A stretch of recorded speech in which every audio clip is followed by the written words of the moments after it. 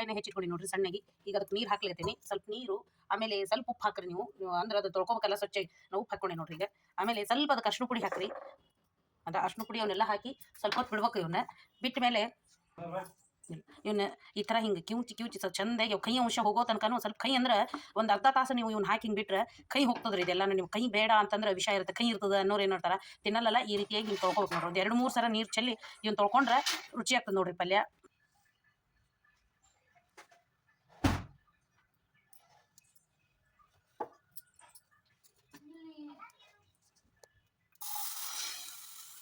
ಈ ಥರ ಸ್ವಲ್ಪ ಎಣ್ಣೆ ಹಾಕಿ ಇವ್ನ ಹಗಲಕಾಯಿನ ಸ್ವಲ್ಪ ಫ್ರೈ ಮಾಡ್ಕೋಬೇಕು ನೋಡ್ರಿ. ಹುರ್ಕೋಬೇಕು ಇವ್ನ ಮೊದಲಿಗೆ, ಅಂದ್ರೆ ನಿಮ್ಗೆ ರುಚಿನೂ ಆಗ್ತದೆ, ಕೈನೂ ಬರಲ್ಲ. ಸ್ವಲ್ಪ ಚೆಂದಾಗಿ ಫ್ರೈ ಮಾಡ್ಕೊಡ್ರಿ ಇವನ್ನ. ನಾನು ಹುರ್ಕೊಳ್ಗತ್ತೀನಿ ನೋಡ್ರಿ. ಈ ಥರ ಇವನ್ನ ಹುರ್ಕೋಬೇಕು ನೋಡ್ರಿ. ಹುರ್ಕೊಂಡಾದ್ಮೇಲೆ ಇವನು ಒಂದು ಸ್ವಲ್ಪ ನೀರು ಹಾಕಿ ಕುದಿಸ್ಕೋಬೇಕ್ರಿ. ನೀರು ಹಾಕಿ ಕುದಿಸ್ಕೊಂಡು ಚೆಲ್ಲಿದ್ರೆ ನಿಮಗೆ ವಿಷ ಅಂತಾರಲ್ಲ, ನೀವು ಕೈ ಅಂತೀರಿ ನೀವು, ಆ ಕೈ ಅಂಶ ಏನೂ ಉಳಿಯಂಗಿಲ್ಲ. ಕರೆಕ್ಟ್ ನಿಜವಾಗ್ಲೂ ಕೈದು ತಿನ್ನಬೇಕು. ಒಬ್ಬೊಬ್ರು ಇಷ್ಟಪಡಲ್ಲ, ಕೈ ಆಗ್ತದೆ ಅಂತಾರೆ ಅದನ್ನು. ಕೈ ಇರ್ತದೆ ತಿನ್ಲಿಕ್ಕೆ ಇಷ್ಟಪಡಲ್ಲ. ಅದು ಕೈ ಅಂಶ ಇರ್ಬೇಕು, ದೇಹಕ್ಕೆ ಹೋಗ್ಬೇಕು, ಎಲ್ಲನೂ ಹೋಗಬೇಕು, ಸಿಹಿ ಕಹಿ ಎರಡೂ ಹೋಗಬೇಕು. ನಿಮಗೆ ಆ ರೀತಿ ನೀವು ಮಾಡಿ ತೋರಿಸ್ಲಿಕ್ಕತ್ತೀನಿ ಬೇಡ ಅನ್ನೋರಿಗೆ ಅಂತಂದು. ನನಗೇನಿಲ್ಲ, ನಾನು ಸ್ವಲ್ಪ ಈ ಥರ ಫ್ರೈ ಮಾಡಿ ಒಂದು ಸ್ವಲ್ಪ ನೀರು ಹಾಕಿ ಚೆಲ್ಲಿ ಉಳಿದದ ಕೈ ಇದ್ರೆ ನಡೀತದೆ ಅಂತ ಮನೆಯೊಣ ಮಾಡ್ಕೊಂಡಿರ್ತೀನಿ. ಅದನ್ನು ನಿಮಗೆ ಗೊತ್ತಾಗಲಿ ಅನ್ನೋದಕ್ಕೆ ನಾನು ಈ ಥರ ತೋರಿಸ್ಲಿಕ್ಕತ್ತೀನಿ ನೋಡ್ರಿ. ಈ ಥರ ಹಿಂಗೆ ಹುರ್ಕೊಂಡೆ ನೋಡ್ರಿ. ಈ ಥರದ ಚೆನ್ನಾಗಿ ಆಗ್ತಾವೆ ನೋಡ್ರಿ. ಹಿಂಗೆ ಹುರ್ಕೋಬೇಕ್ರಿ, ಎಣ್ಣೆ ಒಳಗೆ ಫ್ರೈ ಮಾಡ್ಕೋಬೇಕು ಸ್ವಲ್ಪ. ಅಂದ್ರೆ ಅವು ಒಂದು ಸ್ವಲ್ಪ ತಾಳಸ್ತಂಗನೂ ಆಗ್ತಾವೆ. ಆಮೇಲೆ ನೀವು ಒಗ್ಗರಣೆ ಹಾಕ್ಕೊಡ್ರಿ. ನೀವು ಎಣ್ಣೆ ಸ್ವಲ್ಪ ಹಾಕ್ಕೊಂಡು ನೀವು ಈ ಥರ ಮಾಡ್ಕೊಡ್ರಿ ನೋಡ್ರಿ. ಅದ ಈಗ ನಾ ಮಾಡ್ಕೊಂಡೇನಿ. ಈಗ ಇದಕ್ಕೆ ನೋಡ್ರಿ ಸ್ವಲ್ಪ ನೀರು ಹಾಕ್ತೀನಿ ಕುದಿಲಿಕ್ಕೆ. ಒಂದು ಕುದಿಸಿ ನೀರು ತೆಗೆದು ಆಮೇಲೆ ಒಗ್ಗರಣೆ ಹಾಕೊಂಡ್ಬಿಟ್ರೆ ಮಸ್ತ್ ಆಗ್ತದೆ ನೋಡ್ರಿ ಪಲ್ಯ. ಅದನ್ನ ತೋರಿಸ್ತೇನಂತ. ಇದು ಈ ಥರ ಹಿಂಗೆ ಕುದಿಲಿಸ್ಲಿಕ್ಕದ ನೋಡ್ರಿ. ಅದ ಹಿಂಗೊಂದು ಸ್ವಲ್ಪ ಕುದ್ದಾದ್ಮೇಲೆ ನೀರು ಚೆಲ್ಬಿಟ್ರೆ ಮುಗೀತ್ರಿ ಇದು. ಒಮ್ಮೆ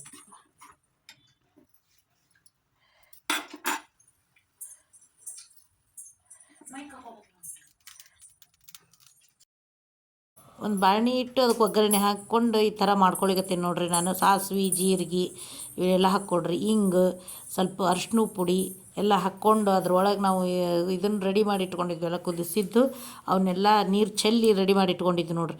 ಈಗ ಅವ್ನ ಹಾಕ್ಕೊಂಡು ಸರಿತ್ನಾಗ ಮೊದ್ಲಿಗೆ ಒಮ್ಮೆ ಕೈ ಆಡಿಸ್ಕೊಡ್ರಿ. ಅದಕ್ಕೆ ಕೈ ಆಡಿಸ್ಕೊಂಡ ತಕ್ಷಣ ಮತ್ತೊಮ್ಮೆ ಎಣ್ಣೆ ಒಳಗೆ ಅಂದ್ರೆ ಕೈ ಅಂಶ ಹೋಗ್ಬಿಡ್ತದೆ ನೋಡ್ರಿ. ರುಚಿ ಆಗ್ತದೆ ಪಲ್ಯ ಮಾತ್ರ, ಹಾಗಲಕಾಯಿ ಪಲ್ಯ. ಶುಗರ್ನವ್ರಿಗೆ ಅವ್ರಿಗೆ ಮಸ್ತಾಗಿರ್ತದೆ ನೋಡ್ರಿ.